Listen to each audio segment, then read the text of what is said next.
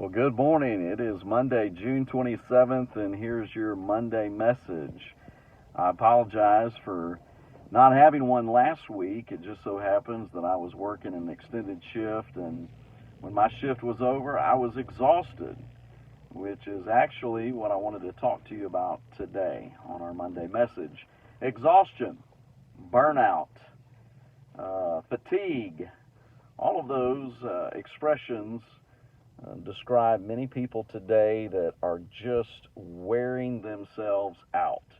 They're wearing themselves out at work. They're wearing themselves out with a problem or with an issue. And at some point, they will throw in the towel, so to speak, and just throw their hands up and say, I can't do this anymore. So I want to give you some preventative steps that hopefully will help you from throwing in the towel and getting to the point that you are burnt out and that you just feel like giving up. So God has created the week with a day of rest. And I understand in our hectic schedules that is something that we sometimes don't preserve. But I need to talk to you about leaving margins in your week and even in your day that give you time to recharge, that give you time to refresh. If you don't have those margins and you're burning your candle at both ends, so to speak, then burnout and exhaustion and fatigue will set in, and it's just a matter of time before you throw in the towel. And so let's make sure that in our daily grind that we have some margins. Now, what would that entail? Well, we're not talking about your quiet time. You need to be doing that daily. We're not talking about your time with the Lord. That's something that you need to do daily. But is there time in your day that you just hit the pause button and do nothing?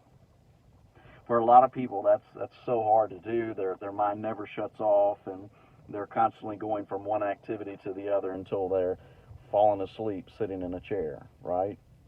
Okay, so create time. If it's 15 minutes, if it's 30 minutes, whatever it may be for you, that you are not in the middle of an activity and that you are not overwhelmed with thoughts about tomorrow or about responsibilities and other things.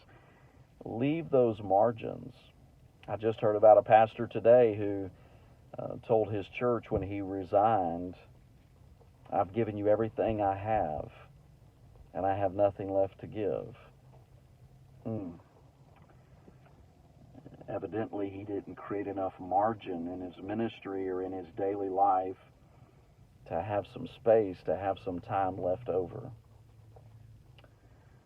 Those margins are important. They're on pages for a reason. The words don't go from the edge of the page to the other edge of the page. There's a little bit of margin so that you can easily read. Make sure that you have margins. They're important. Stay faithful. Stay focused. God bless.